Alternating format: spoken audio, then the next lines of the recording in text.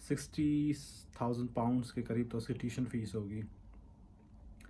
اچھا tuition face اپنی جگہ، لیکن اس کے بعد اس میں ایڈمیشن ملنا بھی بہت بڑا پریویلیج ہے، اور ان کی کنڈیشنز کو میٹ کرنا بھی مشکل ہے. فار انسٹنس MBA کے لیے GMAT ریکوائرڈ ہے، اور GMAT بھی اچھا خاصا کمپیٹیٹیو ہونا چاہیے اسکور.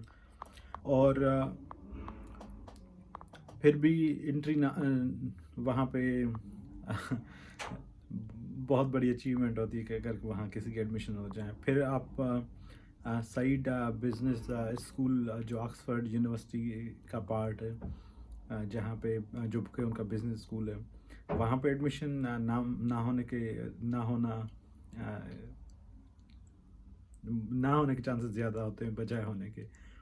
پھر کیمبرج یونیورسٹی کا جج بزنس اسکول میں دیکھیں کہ MBA کی ایڈمیشنز ہونا بہت مشکل ہوتی ہیں، اور جو پروفائلز ہوتے ہیں وہ بہت بڑی بات ہے. پھر فرانس میں ایک ہے بزنس اسکول بہت بہت بہت زبردست، انسیاڈ میں ایڈمیشن ہونا بہت بڑی بات ہوتی ہے.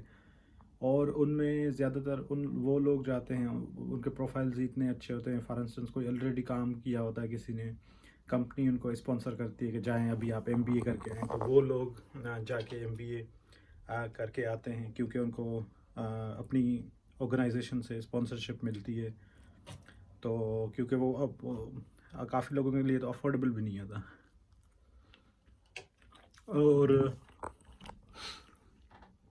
اسی طرح کیونکہ یہ ٹاپ رینکڈ یونیورسٹیز ہیں، لیکن کچھ یہ بھی ہوتا ہے کہ یونیورسٹی اوور آل رینکنگس جو ہیں وہ کم ہوں، لیکن ان پروگرامز کے حوالے سے بہت اچھی ہوتی ہیں. جیسے اگر میں UK کی اگزامپل دوں، کرینفیلڈ یونیورسٹی، اور کرینفیلڈ کے بعد باتھ یونیورسٹی ہیں، بہت ایکسپینسو ہیں، رینکنگ میں تھوڑا سا کم ہیں لیکن بہت اچھے ہیں، اچھی یونیورسٹیز ہیں کہ MBA پروگرام بہت زبردست. ان کا اگر انڈسٹری پلیسمنٹس کے حوالے سے بات کی جائے تو کرینفیلڈ اور بات کا انڈسٹریل پلیسمنٹس کا بہت اچھا ریکارڈ ہے، بہت زبردست، جو کافی اچھی یونیورسٹیز سے بھی اچھا ہے. اس کے بعد مانچسٹر یونیورسٹی کا ایلائنس مانچسٹر بزنس اسکول بہت زبردست ہے. ان کی فیس ہی بہت زیادہ ہے، ایڈمیشن ہونا ایک بہت بڑا پریویلیج ہوتا ہے. کہ میں نے جب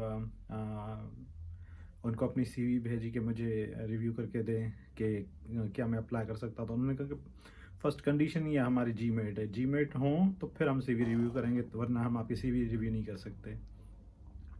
تو خیر میں پیچھے ہٹ گیا کہ ہمارے بس کی بات نہیں ہے. کیونکہ ایک تو GMAT کرو، GMAT کے بعد پھر آپ اتنا ٹائم انویسٹ کریں، پھر you don't know what's going to happen, what's in store for you.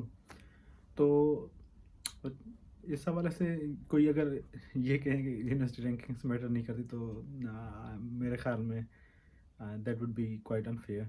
اور پھر یونیورسٹی رینکنگس کے بعد اسپیسیفک پروگرامز ہوتے ہیں، ان کو دیکھنا چاہیے کہ ان پروگرامز کی کیا رینکنگس ہیں اور ان کی ایکریڈیٹیشنز. فار انسٹنس MBA کی 3 ایکریڈیٹیشنز ہوں تو اس کو بہت زبردست سمجھا جاتا ہے. اس میں ایک کوئی سے ایک AMBA ہے، AMBA association of business administration.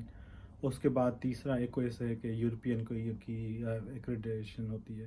جن کو یہ ملیں تو ایکریڈیٹیشنز ہوں تو وہ اس کو عموماً بہتر سمجھا جاتا ہے. کہ جیسے میری یونیورسٹی ہے وہ رینکنگ میں کم ہے، بہت نیچے ہے، لیکن اس کا جو بزنس اسکول ہے اسٹریتھ کلائڈ بزنس اسکول، وہ اچھا سمجھا جاتا ہے. اور ان کے مطابق ٹائمز ہائر ایجوکیشن کی رینکنگز کے مطابق کہ وہ UK میں ٹاپ 10 بزنس اسکول ہے، اور کافی اچھا بھی ہے، خیر ریگریس بھی ہے. تو اس طرح ان کے پروگرامز کو دیکھنا چاہیے. اور دوسرا ہمارا بزنس اسکول ہے وہ بھی ٹرپل ایکریڈیٹڈ بزنس اسکول ہے، جس کی وجہ سے ان کے کچھ اسٹینڈرڈس ہوتے ہیں. جب تک آپ ان اسٹینڈرڈس کو میٹ نہیں کریں گے تو آپ کو وہ ایکریڈیٹیشن نہیں ملے گی، وہ یا رینیو نہیں کریں گے. اس کا ایک اچھا خاصا ریگریس پروسیجر ہوتا ہے جس کو فالو کریں تو پھر آپ کو وہ ایکریڈیٹیشن ملتی ہے. پھر اس کے بعد رینیو کروانے کے لیے بھی آپ کو ان اسٹینڈرڈس پہ پورا اترنا پڑتا ہے.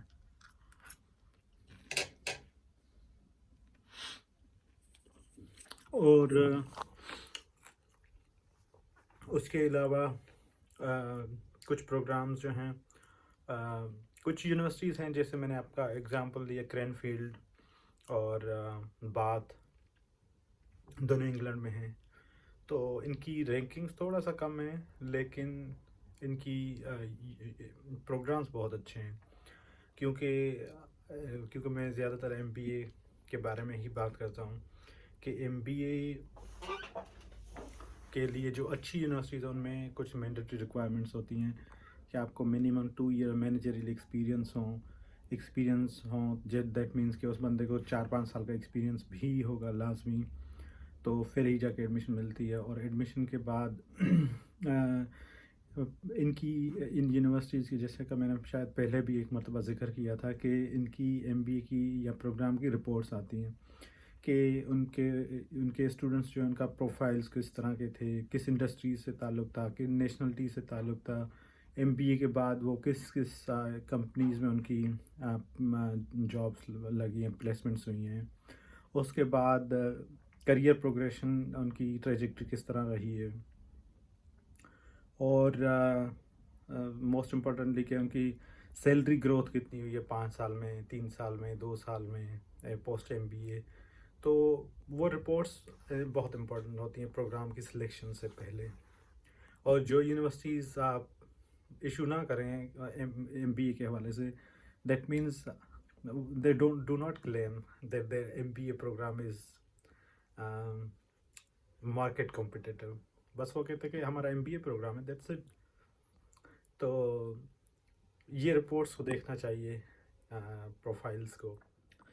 تو اسی طرح جب بھی یونیورسٹی کی سلیکشن کی بات آئے تو کیو ایس رینکنگ کو ضرور دیکھنا چاہیے. یا یو کے میں ٹائمز ہائر ایجوکیشن کی رینکنگز بہت اچھی ہوتی ہیں. اس کے علاوہ پروگرامز کی رینکنگز آتی ہیں، وہ ضرور دیکھنی چاہیے. اور کچھ ایسے بھی ایم بی اے پروگرامز ہوتے ہیں یونیورسٹیز میں جس میں ایک کوٹا سسٹم ہوتا ہے ایک قسم کا، کہ آپ انڈیا سے اتنے لوگوں کو منیمم زیادہ سے زیادہ ہم ایڈمیشنز دیں گے، پاکستان سے ایک بندہ ہوگا، 2 بندے ہوں گے، یو کے سے اتنے ہوں گے، امریکہ سے اتنے، اس طرح کوٹا سسٹم ہوتا ہے. وہ بہت اچھے پروگرامز ہوتے ہیں، ڈائیورسٹی ہوتی ہے بہت زیادہ، کیونکہ اس میں ایک تو نیٹ ورکنگ کی اپرچونیٹیز بھی بہت زیادہ ہوتی ہیں. کوئی آپ کا دوست ڈیلوائٹ سے آ رہا ہوگا، پھر وہ امریکہ سے ہوگا، آپ کی ان کے ساتھ نیٹ ورکنگ ہوگی. کوئی نیدرلینڈ سے آیا ہوگا، پی ڈبلیو سی سے، کوئی جو ہے وہ دبئی کی میکنزی سے آ رہا ہوگا، اور وہ پاکستانی اوریجن کا ہوگا. کوئی جو ہے انڈیا میں T C S Tata consulting services سے آ رہا ہوگا، ان کا وہ آئی آئی ایم سے آلریڈی ایم بی اے کر چکا ہوگا. تو خیر اسی طرح ان کے پروفائلز بہت زبردست ہوتے ہیں. تو یونیورسٹی رینکنگز بہت زیادہ میٹر کرتی ہیں میرے نزدیک. ان کو کوئی بھی پروگرام سلیکٹ کرتے وقت لازمی دیکھیں کہ ان یونیورسٹیز کی، ان پروگرامز کی کس حد تک رینکنگز جو ہیں وہ کہاں، where do they stand with in regards to the rankings. And secondly do also give a thought اور review to their program reports. And there are also certain forums where you should also be visiting and exploring for the details regarding the program. And ہاں شاید یہی چیزیں تھیں جو مجھے discuss کرنی تھی. تو ان چیزوں کا خیال کیجیے گا لازمی، کیونکہ ایسا نہ ہو کہ کچھ دوست ملتے ہیں ہم سے.